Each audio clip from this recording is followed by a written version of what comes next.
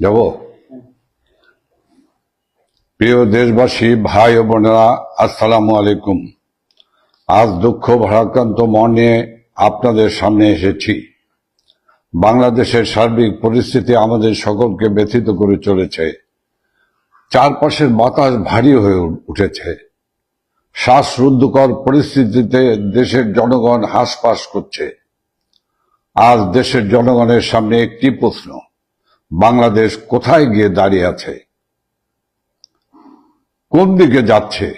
দেশি বিদেশি ষড়যন্ত্রের মাধ্যমে জননেত্রী, সফল রাষ্ট্রনায়ক শেখ হাসিনার নেতৃত্বে পরিচালিত সরকারের হটানোর মাধ্যমে বাংলাদেশ তার গতিমুখ হারিয়েছে।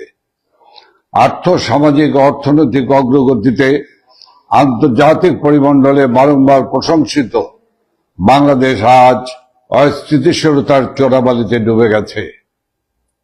আজকের বাংলাদেশের সবকিছুর চেয়ে বোধহয় মানুষের জীবনের দামটাই কম। এটা শুরু শিক্ষার্থীদের আন্দোলনের আড়ালে মেটিকুলাস ডিজাইন করে শিক্ষার্থী ও হাজার হাজার পুলিশ বাহিনীর সদস্যদের হত্যা করে একটি নির্বাচিত গণতান্ত্রিক সরকারকে হটানো হয়।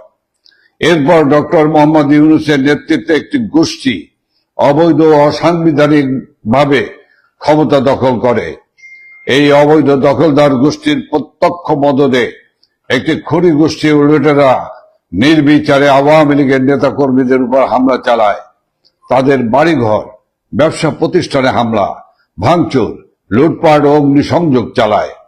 হাজার হাজার আওয়ামী লীগের নেতা কর্মীদের হত্যা করা হয়। পাশাপাশি রাষ্ট্রযন্ত্রকে ব্যবহার করে বাংলাদেশ আওয়ামী লীগ সহ মুক্তিযুদ্ধের পক্ষ শক্তির প্রগতিশীল মানুষদের উপর অবর্ণনীয় দমন পীড়ন, নিপীড়ন, নির্যাতন চালিয়ে যাচ্ছে। বঙ্গবন্ধু কন্যা জননেত্রী শেখ হাসিনা ও আওয়ামী লীগের নেতাকর্মী এবং কেন্দ্রীয় 14 দল সহ প্রগতিশীল চিন্তা চেতনার ব্যক্তিদের বিরুদ্ধে মিথ্যা, বানোয়াট, ভিত্তিহীন ও মন গড়া রাজনৈতিক হয়রানিমূলক হত্যা মামলা দেওয়া হয়েছে। সেই সব মৃতদের অনেকেই জীবিত আছে। টাকার প্রলোভন দেখে মামলার বাদী বানানোর পরিকল্পিত কৌশলের গোমরও ফাঁস হয়েছে। এই অবৈধ দখলদার সরকার রাজনৈতিকভাবে উদ্দেশ্য প্রণোদিত হয়ে প্রহসনমূলক বিচারের মাধ্যমে বঙ্গবন্ধু কন্যা, সফল রাষ্ট্রনায়ক, সফল প্রধানমন্ত্রী শেখ হাসিনাকে যে ফাঁসি দেওয়ার সিদ্ধান্ত নিয়েছে তাও ইতিমধ্যে প্রমাণিত। বাদ বিচারহীনভাবে চলছে গণগ্রেপ্তার। মব সন্ত্রাসের মতো অভিনব এক ত্রাসের উপাদানের সাক্ষী হয়েছে বাংলাদেশ। এই অবৈধ দখলদার সরকারের বিরুদ্ধে কেউ কথা বললেই তার উপর অত্যাচারের খড়গ নেমে আসে। সনাতনী ধর্মাবলম্বী, বৌদ্ধ, খ্রিস্টান সহ অন্যান্য সম্প্রদায় ও জাতিগোষ্ঠীর বাড়িঘর, ব্যবসা প্রতিষ্ঠান ও ধর্মীয় প্রতিষ্ঠান এবং তাদের উপর গণহত্যা চালানো হচ্ছে। আওয়ামী লীগের নেতাকর্মী সহ এসব হত্যাকাণ্ডের শিকার হওয়া পরিবারের সদস্যদের বিচার চাওয়ার অধিকারটাও কেড়ে নেওয়া হয়েছে। মহান মুক্তিযুদ্ধের মাধ্যমে প্রতিষ্ঠিত বাংলাদেশের বৈচিত্র্যময় ও সমন্বয় সমাজকে ধ্বংস করে সাম্প্রদায়িক সম্প্রীতিকে গভীর সংকটে ফেলে দিয়েছে এই সরকার। বাংলাদেশের অগ্রযাত্রার অভিমুখ বদল করে একাত্মবাদিতা কায়েম করার লক্ষ্যে সাম্প্রদায়িক শক্তিকে পরিপুষ্ট করা হচ্ছে। বাংলাদেশের জন্মের ইতিহাস মুছে ফেলার পায়তারা করা হচ্ছে। রাষ্ট্রাচার থেকে মুক্তিযুদ্ধের ইতিহাস ও ঐতিহ্যের সঙ্গে সম্পর্কিত দিবস যেমন ঐতিহাসিক 7 মার্চ সংবিধান দিবস, 15 আগস্ট জাতির পিতা বঙ্গবন্ধু শেখ মুজিবুর রহমানের শাহাদাত দিবস বা জাতীয় শোক দিবস সহ অন্যান্য গুরুত্বপূর্ণ দিবস সমূহ বাদ দিয়েছে। জয় বাংলা জাতীয় স্লোগানের রায়ের উপর স্থগিতাদেশ দেওয়া হয়েছে, কিন্তু যে স্লোগান বাঙালির অস্তিত্ব জানান দেওয়ার অনুরণিত হয় সে স্লোগান রুদিবে সাধ্যকার। বাংলার শহর, নগর, বন্দর, গ্রামগঞ্জে জয় বাংলা ছড়িয়ে গেছে। জয় বাংলা গণমানুষের অবিভাজ্য বোধ থেকে রস আস্বাদন করছে নতুন আঙ্গিকে।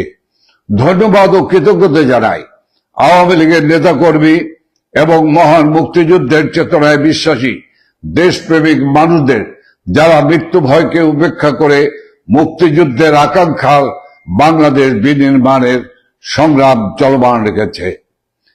প্রিয় ভাই ও বন্ধুগণ, আজ বাংলাদেশ গভীর সংকটকাল অতিক্রম করছে। একে তো মানুষের জানমালের নিরাপত্তা নাই, আবার নিত্য প্রয়োজনীয় দ্রব্য সহ সবকিছুর দাম ঊর্ধ্বমুখী। দ্রব্যমূল্যের ঊর্ধ্বগতির ফলে প্রতিনিয়ত দুর্বিষহ হয়ে উঠেছে মানুষের জীবন। বর্তমানে বাংলাদেশে বেঁচে থাকার জন্য সবকিছুতে চড়া মূল্য দিতে হলেও একমাত্র বোধ হয় মূল্যহীন হয়ে পড়েছে মানুষের জীবন। সময়ের সঙ্গে পাল্লা দিয়ে বাড়ে লাশের সংখ্যা। যত্রতত্র ফুলের সুবাস না থাকলেও নাকে ভেসে আসে গলিত অর্ধগলিত লাশের দুর্গন্ধ। এই অবৈধ দখলদার গোষ্ঠী দেশ ধ্বংসের যে সূক্ষ্ম উপায় তারা করছে, তার প্রমাণ তাদের প্রতিটি পদক্ষেপ। আন্দোলনের সময় মেটিকুলাস ডিজাইনের অংশ হিসাবে রাষ্ট্রীয় গুরুত্বপূর্ণ স্থাপনার সময়ে অগ্নিসংযোগ ও ধ্বংসযজ্ঞ চালিয়েছিল। তারই অংশ হিসাবে সচিবালয়ের মতো সুরক্ষিত জায়গায় অগ্নিকাণ্ড সংগঠিত করা হয়েছে। সরকারের লাগামহীন স্বেচ্ছাচারিতা ও দুর্নীতির প্রমাণ নিশ্চিহ্ন করতে এমন নীলনকশা কিনা আমরা জাতির কাছে সেই প্রশ্ন রাখছি। উল্টো এর মধ্যে সরকারের পক্ষ থেকে ষড়যন্ত্র তত্ত্ব আবিষ্কারের অপচেষ্টা করা হচ্ছে। সব জায়গায় আওয়ামী লীগের ভূত দেখার মতো দৃষ্টিভঙ্গি থেকে সরকারের কেউ কেউ আওয়ামী লীগের নেতা কর্মীর উপর দোষ চাপানোর অপতৎপরতা চালাচ্ছে। অথচ আওয়ামী লীগের নেতা কর্মীদের যেখানে বাড়িতে থাকতে দেওয়া হচ্ছে না, রাজপথে নামতে দেওয়া হচ্ছে না, মব সন্ত্রাস বা বিভিন্ন দলের ক্যাডার ও সন্ত্রাস বাহিনী লেলিয়ে দিয়ে বাদ বিচারহীন ভাবে যাদের জীবন কেড়ে নেওয়া হচ্ছে, তারা সচিবালয়ের মতো সংরক্ষিত এলাকায় প্রবেশের সুযোগ পাবে, এ ধরনের কথা বলা বাতুলতার সামিল। সচিবালয়ে শুধু সিসিটিভি ক্যামেরা না, নাইট ভিশন ক্যামেরাও আছে, তাতে ভিডিও ফুটেজ থাকার কথা। সেই ভিডিও ফুটেজ আমরা জাতির সামনে প্রকাশ করার দাবি জানাচ্ছি। নিরপেক্ষ ও সুষ্ঠু তদন্তের মাধ্যমে এই অগ্নিকাণ্ড সংগঠিত করার সঙ্গে জড়িতদের বিচারের আওতায় আনার দাবি জানাচ্ছি। আজ জনমানসের কথা উঠেছে, যে সরকার জনগণের জানমাল ও সচিবালয়ের মতো গুরুত্বপূর্ণ স্থাপনার নিরাপত্তা দিতে পারে না, সেই সরকারের রাষ্ট্র পরিচালনার নৈতিক বৈধতা নাই। এই সরকারের পদত্যাগ নিয়ে তাই গণদাবি উঠেছে।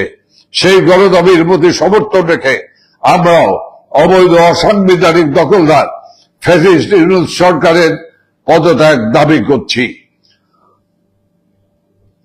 একই সাথে বাংলাদেশ আওয়ামী লীগ সহ মহান মুক্তিযুদ্ধের চেতনায় বিশ্বাসী দেশপ্রেমিক জনগণের প্রতি আবারও ধন্যবাদ ও কৃতজ্ঞতা জানাই, এই জন্য যে তারা সকল দিক থেকে বাংলাদেশের জন্য উৎসাহের এই সময় নিজেদের বিবেকের তাড়না থেকে ফ্যাসিস্ট এই সরকারের বিরুদ্ধে সোচ্চার রয়েছেন।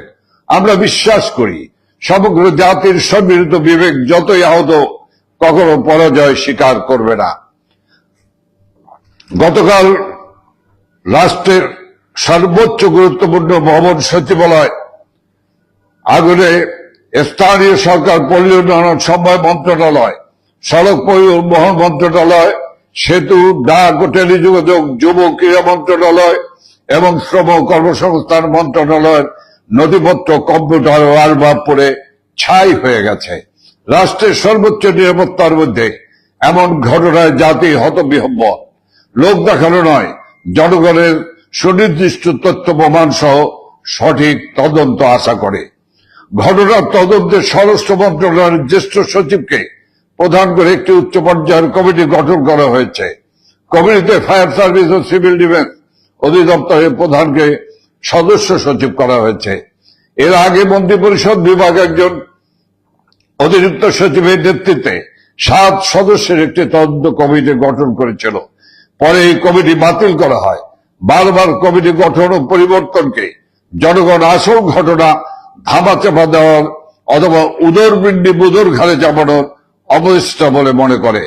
ঘটনাস্থলে একজন তথাকথিত সমন্বয়ককে দেখা গেছে যিনি কিছুদিন আগে একটা টিভিতে সাক্ষাৎকারে স্বীকার করেছে আন্দোলনের সময় আন্দোলনকারীরা মেট্রো রেল সহ বিভিন্ন স্থাপনাতে আগুন দেয়া সহ পুলিশ হত্যাকাণ্ডের সাথে জড়িত ছিল। ঘটনাস্থলে এই সমন্বয়কদের উপস্থিতি সন্দেহের উদ্বেগ করে। হয়তো সরকারের প্রচারণায় সমন্বয়করাই এই ঘটনার সাথে যুক্ত। ঘটনাস্থলে একজন উদ্ধার কর্মী ফায়ার ফাইটার ট্রাক চাপায় নিহত হয়েছে। এটা কি হত্যাকাণ্ড?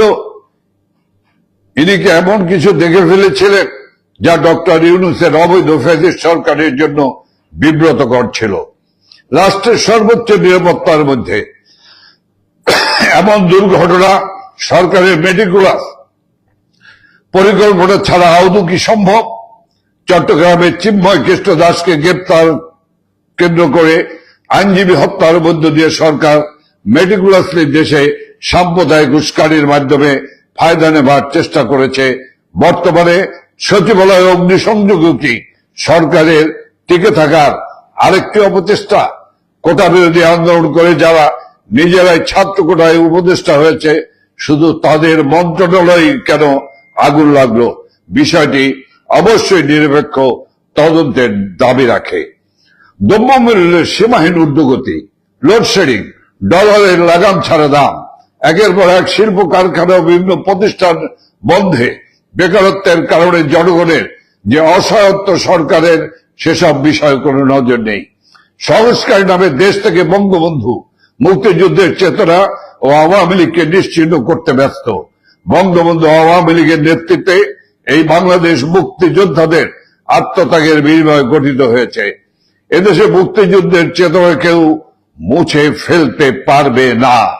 বৃথা চেষ্টা না করে জনদুর্ভোগ কমান, জনগণের যানবাহনের নিরাপত্তা নিশ্চিত করুন।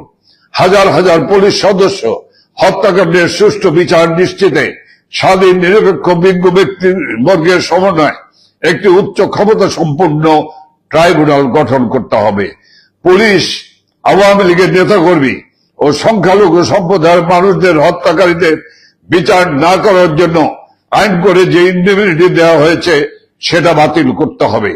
যেখানে সেখানে মবের মাধ্যমে আইন শৃঙ্খলা রক্ষাকারী বাহিনীর উপস্থিতিতে ও সহযোগিতায় আওয়ামী লীগের নেতা কর্মীদের ও সংখ্যালঘু সম্প্রদায়ের মানুষদের যে হত্যার সংস্কৃতি ফ্যাসিস্ট সরকার চালু করেছে তা বন্ধ করে তার বিচার করতে হবে। ছাত্রলীগের অসংখ্য নেতা কর্মীদের শিক্ষা জীবন আজ বিপন্ন। তারা শিক্ষা প্রতিষ্ঠানে যেতে পারছে না। ছাত্রলীগ করার অপরাধে তাদের শিক্ষা জীবনের মূল পরীক্ষা অংশগ্রহণ করতে দেওয়া হচ্ছে না। শুধু ছাত্রলীগ করার কারণে তাদের শিক্ষা প্রতিষ্ঠান থেকে বের করে দেওয়া হচ্ছে। এগুলো মানবাধিকারের সুস্পষ্ট লঙ্ঘন। এসব বন্ধ করতে হবে। কোনো কারণ ছাড়া অথবা হাস্যকর কারণ দেখে অসংখ্য মানুষের চাকরি থেকে বিনা কারণে অব্যাহতি দেওয়া হচ্ছে। এসব বন্ধ করে তাদের চাকরিতে পুনর্বহাল করতে হবে।